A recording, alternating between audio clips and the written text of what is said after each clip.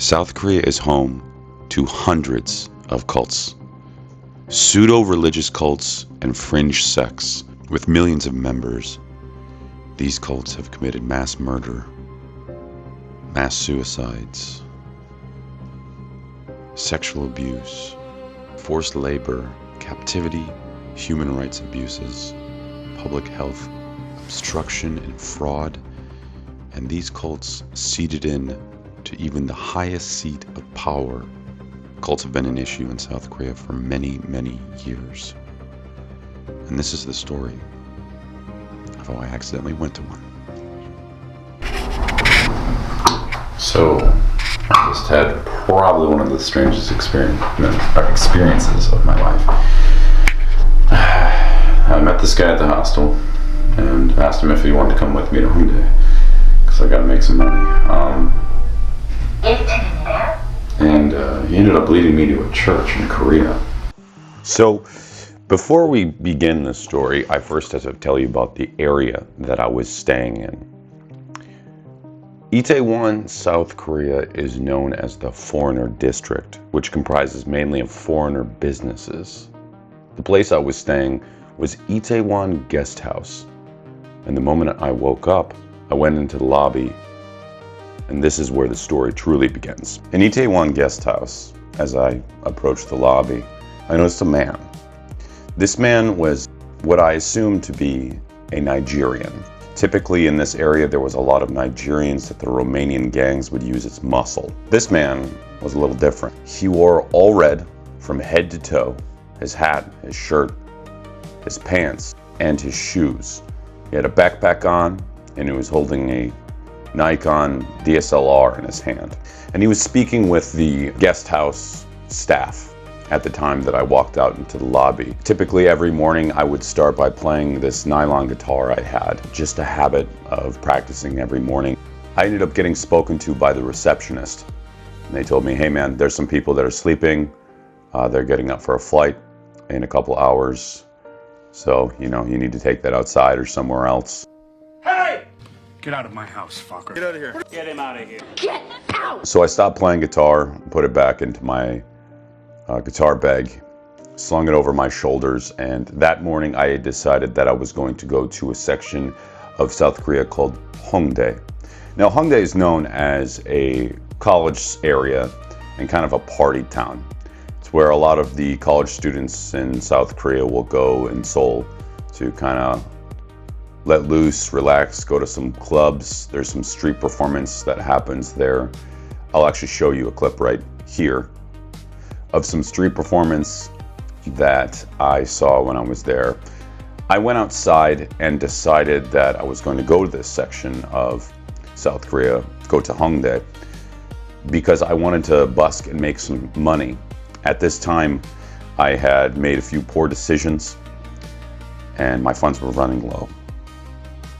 A way to remedy that was to go to one of the busking areas in Hongdae in hopes that I could at least score a few thousand won in order to get some food and ensure that I could get my ticket back to the Incheon International Airport in a few days. Before I actually head off, this Nigerian man approaches me and starts talking to me. He had one of the most interesting personalities because he spoke with his hands a lot. He was always doing things like this, kind of his movement, the way that he would move. He would have like this rhythm that I just wasn't used to seeing in a person. And I mean that in the best of ways too. It was very fascinating to see the kind of way that he would interact with the world around him. On top of that, he would just kind of snap into his photos, be taking photos. He was a great photographer too. He showed me some of the pictures he'd taken and the kind of work that he had done. This man and I got talking, and I decided to tell him, hey, I'm going to Hongdae for this reason. Would you like to come with me? And he's like, sure, just let me grab my bag. It'll become clear later the reason I think that he came to that hostel. So we jump on the train, and on the train, it's about, I want to say, maybe 25 minutes to reach Hongdae. During that 25-minute commute, we had conversation about life and about art, and again, I'm just very fascinated. This is the first Nigerian man I ever met who wasn't a part of these Romanian gangs, you know, it's whatever. What I'm trying to say is that I was having a very good experience. So we get off the subway, make our way to the exit, and reach the surface. So I get to this little area that's known for street performing, and I'll be showing you guys a little bit of B-roll of it. Essentially, it's this park, and then next to this park, there's like these concrete high-risers. A lot of people will set up either on them or in front of them. I actually performed with a famous street performer in South Korea. Had no idea he was famous, but it turns out he was like one of the best fingerstyle players in the area, and he just was like, ooh, token foreigner, come over here, you play guitar? I was like, yeah, I do. So sometimes they'll perform on top of these concrete risers, and sometimes they'll perform in front of them. And also, other times they'll perform in this kind of little park that I'm showing you guys. So this area is just really famous for college students. And this is where I figured I could make a few bucks and then make my way back to Itaewon again. I found a spot, and over the next few hours, I performed. Unfortunately though, for me, I didn't have a microphone or an amplifier. And the problem with the nylon guitar is it doesn't play very loud. So in the end, it resulted in me making absolutely no money. Now, due to me not making any money, my new friend had offered to purchase me a meal because he found that my passion, despite no one stopping to listen or give me money, was enough for him to invest time further into me. And it was at this point, after I finished my meal, that he asked me, hey, would you like to come and meet some of my friends? Because of him buying me a meal, I felt like it would be rude to turn down the offer of going to meet his friends. We embark onto the subway system of Seoul and head to meet his friends. Now at this point, our conversations are getting a little bit deeper. We're talking about life, how we grew up, where we came from. And I'll tell you, he has a fascinating background. It was at this point he started hinting at being a religious man. As the conversation went further on, I felt a growing respect for him that I do when I meet someone I consider to be a good friend. I had now gotten confirmation of his country of origin. He was indeed a Nigerian. He'd been in South Korea actually for longer than I suspected. He'd been there for 2 years. So our banter back and forth kind of gave us each other's background. And eventually we came to the stop where we would get off and we were supposed to meet his friends. As we emerged onto the street, I noticed on top of a cliffside was this decrepit concrete building. Whether or not it had been an old factory or it had been affected by the Korean War, I wasn't sure. But to this day, I'll remember that building because I found it to be so fascinating and so beautiful. Directly across from that massive concrete building was the area that we were going into. Now, I had imagined that we were going into apartments or some sort of apartment complex. Instead, what looked like basically a business is what we were going into. And the way you can tell is it'll be a placard with a bunch of different businesses, and they will be organized from floor to floor in vertical order. This was my first red flag. We then enter the building, getting in the elevator that's directly in front of us. I think we went to the 5th floor. And it was at the 5th floor, as the doors opened, that's the first time I actually hear music coming from the hallway. Again, this was strange because I wasn't sure where we were actually going at this point. I'd never been in this building or this area of Seoul, and I was starting to get strange vibes. So as we go down the hallway, we take a right into this room where the music is coming from. And to my ear, I knew it was gospel music, just from the stereotypical sound that gospel is. It was at this moment that I started to feel uncomfortable. And now, I'm not uncomfortable with religion, but because of the intro, I already knew all the information I knew about cults in South Korea. Going to some religious ceremony or, church had me a little on edge, especially when I saw this.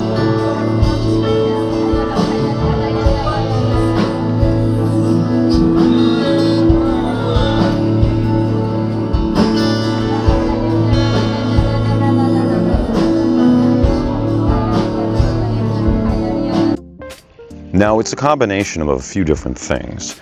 Speaking in tongues is usually not normal in most church establishments. Typically, it's associated with extremists or very old practices of Catholic, Christian, Lutheran types of denominations of the Christian faith.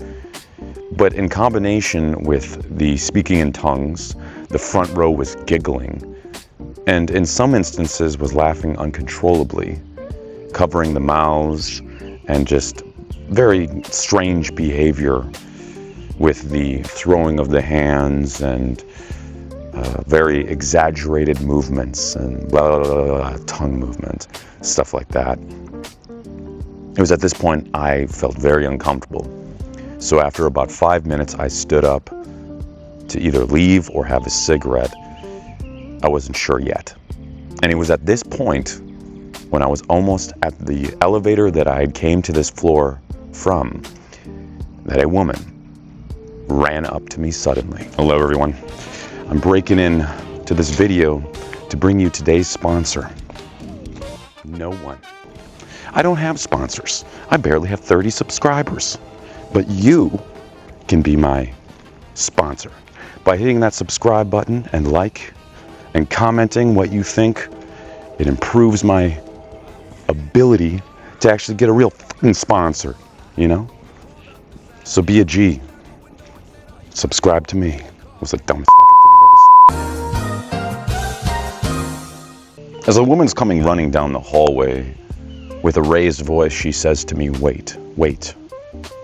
And as she catches her breath, she says, "I have something to tell you, something I think you need to hear, something that God told me you would need to hear." It was at this point then she proceeded to tell me things about my life, intimate details that I had not mentioned to anyone prior to this, including my friend. And that was the first thing that I came to, was I was like, wait, did I say this to him? How could she know these things? And as I thought about it more, I realized some of the things that she was saying to me, I had never told anyone, not a soul. They were only things within my own mind. It was the most bizarre encounter. And as she wrapped up about this 10-minute conversation with me, she said, "I hope you'll come back and finish the Mass." I then told her, I'm going to go outside and have a cigarette and I'll be back. In reality, I wasn't sure whether or not I would. It was just a way for me to break that and get some distance from the situation. I entered the elevator and pulled out my camera to say this. So, I just had probably one of the strangest experiences of my life. I met this guy at the hostel and asked him if he wanted to come with me to home day, because I got to make some money. And he ended up leading me to a church in Korea. As I exited the elevator into the hallway and out the building, I sat on this concrete level directly outside the door, looking out again to that concrete building on the cliffside, thinking to myself over what just happened. And honestly, at this point, I was a little shocked. Again, I started thinking over what could I have told him. And the more I thought about it, the more I realized there was never a moment where he could have contacted anyone outside of us. He never pulled out his phone. He never spoke to anyone besides me. Our conversation was fluid and there was no breaks in it when he was picking up something that he could have communicated this information to someone else. And also to mention, she didn't mention any of the things that I had spoke to him about. These were much deeper revelations or reveals about my life. So I sat for about 10 minutes, thinking in silence as I smoked my cigarette. Extinguishing it then, I decided I was going to see this through and see what this weird experience was all about. So I got up, got back in the elevator, and returned to the room. Previously, when I had been in initially, I had sat all the way in the back row just because I was literally taken aback. And I didn't know what to think of this situation. It was a little strange and I wasn't sure what to do with myself. But this time, when I went back in the room, I decided I'm gonna go all in and I'm gonna sit in the front and really take in this experience, because If you're going to do it, you might as well go all the way in to try to see from the perspective of these people. And that's exactly what I did. And what I saw over the next 30 minutes was one of the strangest experiences I had ever had in my entire life up to this point. Now, the whole ceremony or mass, whatever you want to call it, was all in English. And sitting about 5 seats to my right were these 2 Korean women. I think they were about in their early 20s. And they sat there and they kept giggling over and over in the strangest way. And what you would hear at a typical church mass is what basically was said. But I noticed that the pastor who was giving, or rather who was preaching, kept glancing at me and then glancing at these women. And I sat there listening. The giggling women next to me kept giggling. And afterwards, when I tried to speak with them, I found out that they actually didn't speak a single lick of English, which confused me even more. After everything wrapped up, I stood and I met with my friend, and he told me, "My friend, are you hungry? I think after this we should probably go back to Itaewon and get something to eat. What do you say?" And having not knowing where I was and how I got to be here, and at this point, at this period of time, Google Maps or any sort of map system on the phone was extremely unusable. You would use something called Naver. It's kind of the equivalent to Korea's Google at the time. So I actually didn't know how to get back to Itaewon, and at this point I was kind of reliant on my new friend. On the train, we talked about experience of the Mass, and I asked him questions about his faith and why he was so passionate about it. And as we got back into Itaewon, we wandered down the alleyways until we arrived at a little mom-and-pop shop with floor seating. The owner was an older lady, smiling ear to ear, ushering us to sit and immediately pouring us water, and took our order. My friend told me to order whatever I wanted, so, of course, I ordered soju.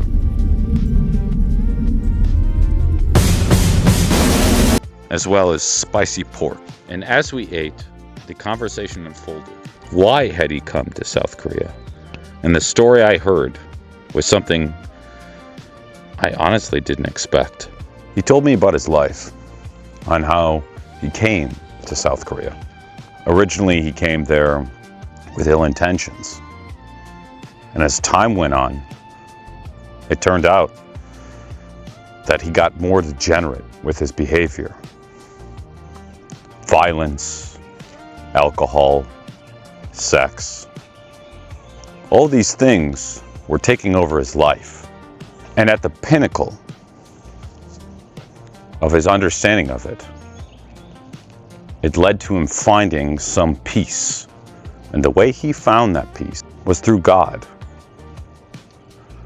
Now, this isn't a video that's trying to be about a specific religion or anything like that. I'm not trying to say that if you find God, suddenly your life is going to get better. At the end of the day, that's up to you. But this is this man's story.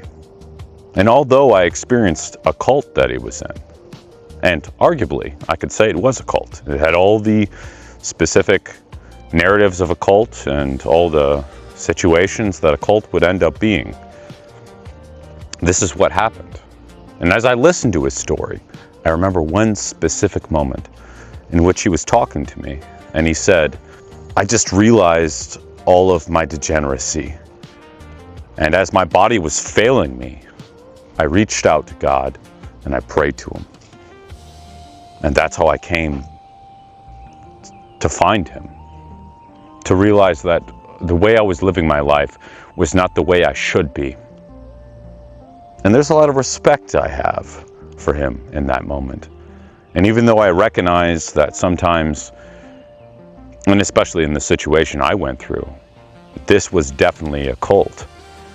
And I don't know the underworkings of it, and I don't know how it ended up working out. But I know it was a cult. I could tell from the surface level that I saw. But I will say, at the end of the day, I respected this man so much that I kept in touch with him. And so the reason I don't mention his name is because it's a story that I experienced in my life. And I don't believe that he should be, I guess, called out for what he was a part of. He believed in what he believed in. And I guess at the end of the day, what we believe in is what we believe in, right? So if I would have continued further and I would have had more time in Korea, that's where I would have ended up. I might have ended up being a part of that cult. I don't know. That was my experience. Very strange, but I had a lot of great interaction out of it. And to this day, I'm not sure what to think about it. So that's my story. If you enjoyed this, like, subscribe, and tell me what you think. And also tell me about what you're struggling with in your life, because I think it's important that we look at the world and we say, hey, I could do a little bit better. I mean, look at this.